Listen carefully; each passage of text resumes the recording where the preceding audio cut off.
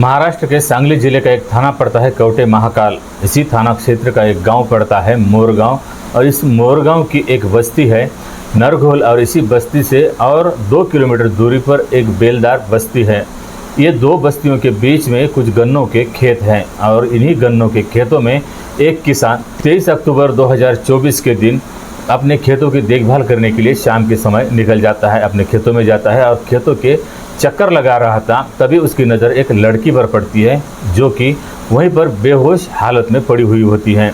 जब वो लड़की बेहोशी की हालत में होती है, ये किसान जाकर उस लड़की को देखता है, उस लड़की को हाथ लगाकर देखता है तो लड़की पूरी तरह से ठंडी पड़ चुकी थी, यानी कि उस लड़की की मौत हो चुकी थी और पास में ही उस लड़की के एक जहर की शीशी भी पड़ी हुई उन्हें नज़र आती है। वही किसान फ़ौरन इस बात की सूचना गांव के जो पुलिस पटेल होते हैं, जो गांव के मुखिया होते हैं, इन दोनों को देते हैं और जो भी उस लड़की के माता पिता होते हैं उन लड़की के परिवार वालों को भी वो सूचना दे देता है, क्योंकि वो लड़की उसी गांव की रहने वाली होती है जिसका नाम होता है अश्विनी सिरके।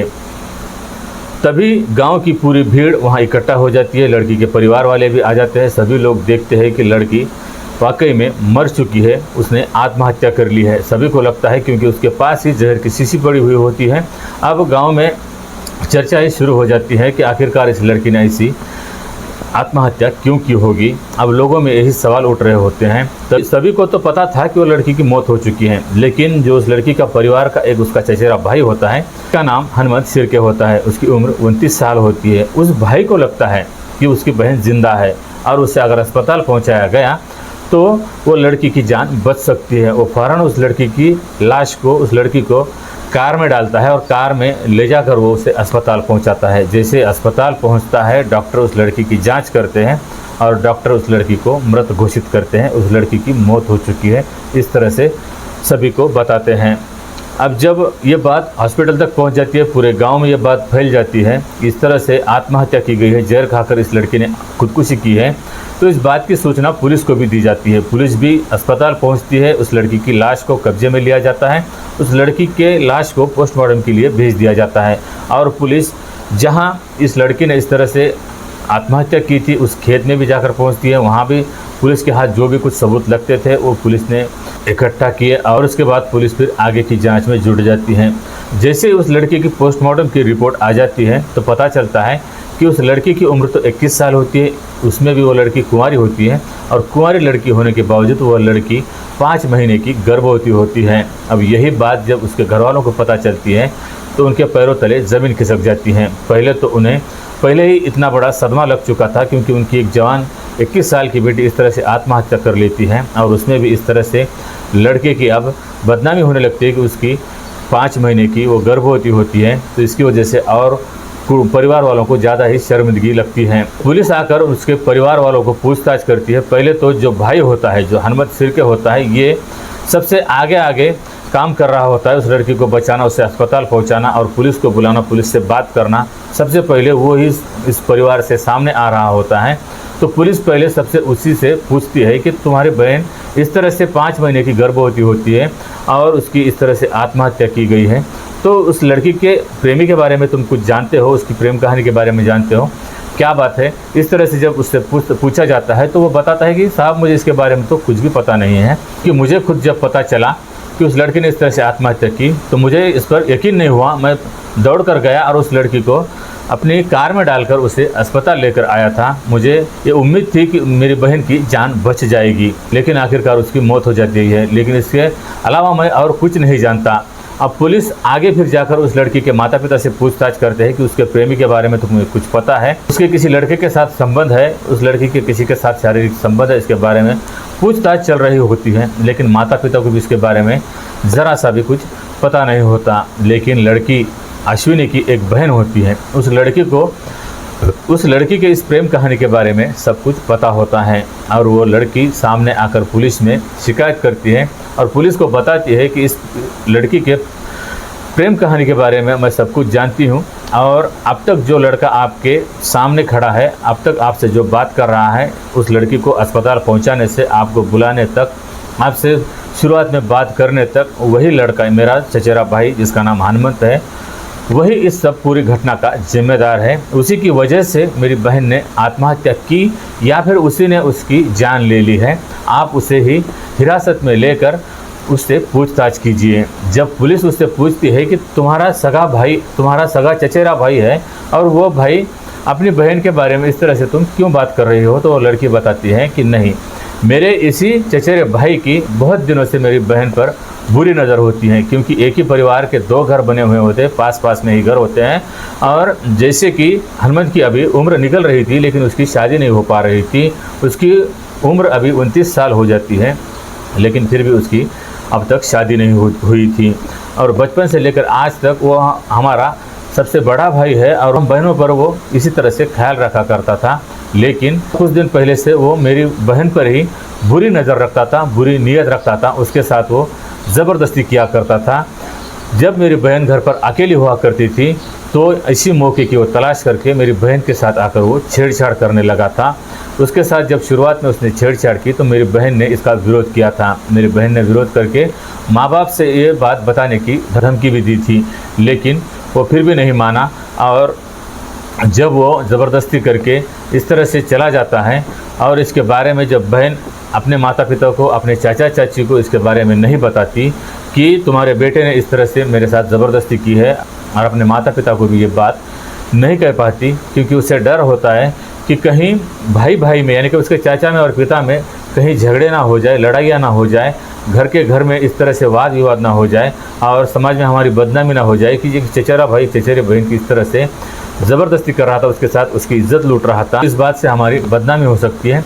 इसी डर की वजह से शुरुआत में तो बहन खामोश हो जाती है और इसी वजह से हनुमंत की अब हिम्मत बढ़ने लगती है। उसे लगता है कि जिस तरह से शुरुआत में उसने ज़बरदस्ती की थी तो इसके बारे में उसने ना तो अपने माता पिता को बताया था, ना तो उसके माता पिता को बताया था, ना तो और बाहर किसी और को इसके बारे में बताया था। तो उसे भी लगता है कि शायद मेरे चचेरी बहन के मन में भी यही इच्छा होगी, यही उसकी तमन्ना होगी कि मैं भी उसके साथ शारीरिक संबंध करूं।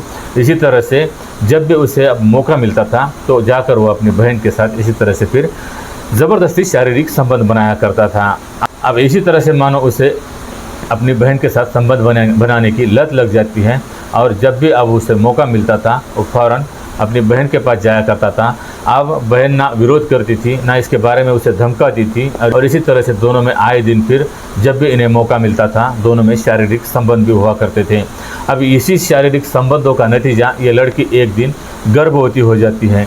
अब ये गर्भवती हो जाती है तो ये बात अपने भाई को बताती है कि मैं अब माँ बनने वाली हूँ और मेरे बच्चे का तुम बाप बनने वाले हो और इस बच्चे के बाप तुम हो, पिता तुम हो। जब ये बात हनुमंत सुनता है तो वो घबरा जाता है, वो डर जाता है। उसे डर लगता है कि अब उसने इस तरह से हरकत की है तो उसकी चचेरी बहन को ही उसने गर्भवती बनाया है और इसके बारे में अगर घर में पता चल जाए तो घर में और ज़्यादा लड़ाइयाँ कलेश मच सकते हैं।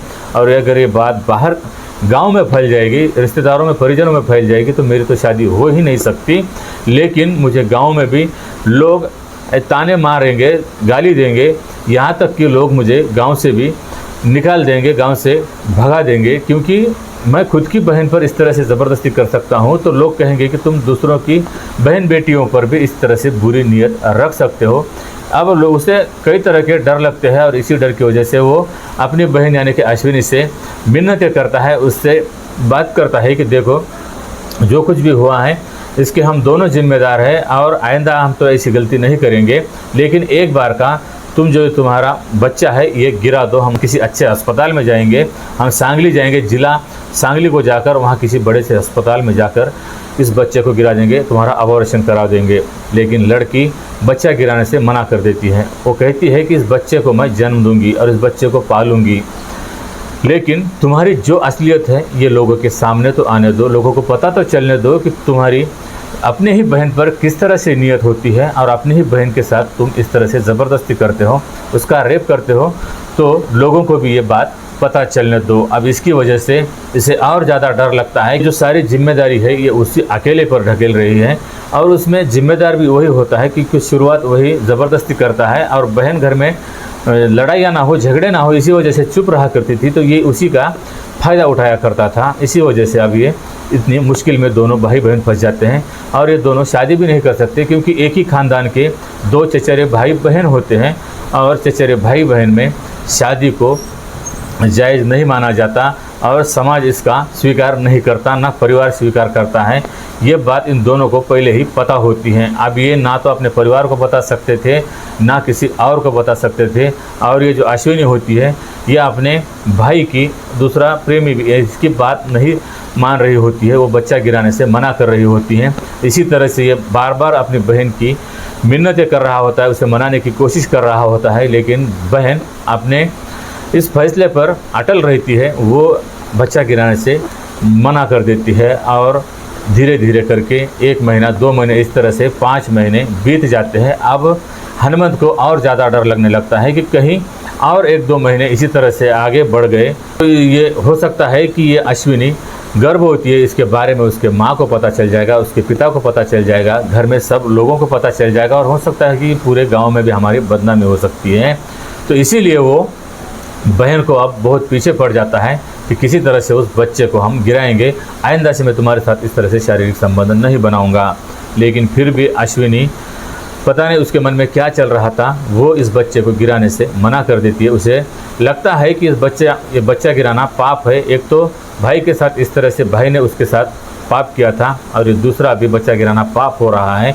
इसी वजह से वो बच्चा गिराना नहीं चाहती थी और भाई को अब डर लगने लगता है। तो एक दिन यानी कि 23 अक्टूबर 2024 के दिन इसी तरह से वो कार लेकर आता है और अपनी बहन अश्विनी से कहता है कि चलो मैं तुम्हें घुमा कर लाता हूँ। उसे कार में बिठाता है और आस पड़ोस के गांव में इधर उधर घुमाता है।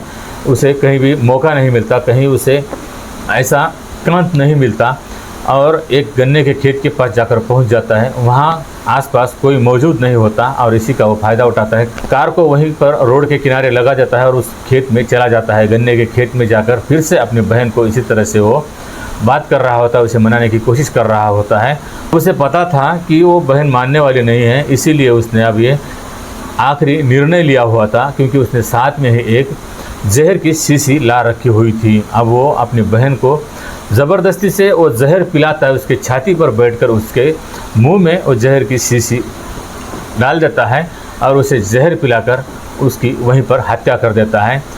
उसकी बहन वहीं पर तड़प तड़प कर जान दे देती है और वही बोतल उसी के पास रखकर वो वहाँ से भाग निकल जाता है। भागकर वो अपने घर चला जाता है। अब ऐसा देखने से पता चल रहा था कि वो लड़की ने खुदकुशी की है, उसके पास बोतल भी पड़ी हुई होती है और इसे किसी ने ना हथियार से मारा है, ना गला दबा कर मारा है और ये पूरी जिम्मेदारी उस लड़की पर चली जाएगी, ऐसा उसे लगता था। इसीलिए वो वहाँ से भाग जाता है और वो किसान आकर जब देखता है और तब लोगों के सामने इसी तरह से वो नाटक कर रहा होता है कि मेरी बहन अभी तक ज़िंदा है, मेरी बहन को मैं मरने नहीं दूंगा, मैं उसे अस्पताल लेकर जाऊंगा, मेरी बहन को मैं बचा लूँगा। इस तरह से लोगों के सामने रो रहा होता है, नाटक कर रहा होता है और उस बहन को अपनी कार में डालकर वो अस्पताल तक पहुँच जाता है। लेकिन वो पहले से ही मरी हुई होती है, उसने खुद ने उसे मार दिया होता है, लेकिन फिर भी वो लोगों के सामने नाटक कर रहा होता है ताकि उस पर कोई शक ना करे।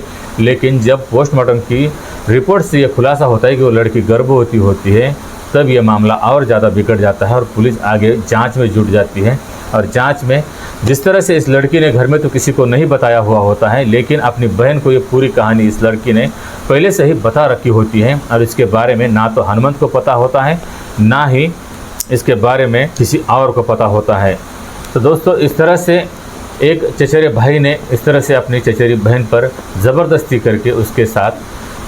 करके उसे माँ बनाया और जब वो बच्चा गिराने से मना कर देती तो उसकी हत्या भी कर दी और मामला इस तरह से कर दिया कि उसने आत्महत्या कर ली हो। इसने उसे हिरासत में लेकर जब पूछताछ की, सख्ती से पूछताछ की, तब उसने भी पूरी कहानी जो है पुलिस को बताई है।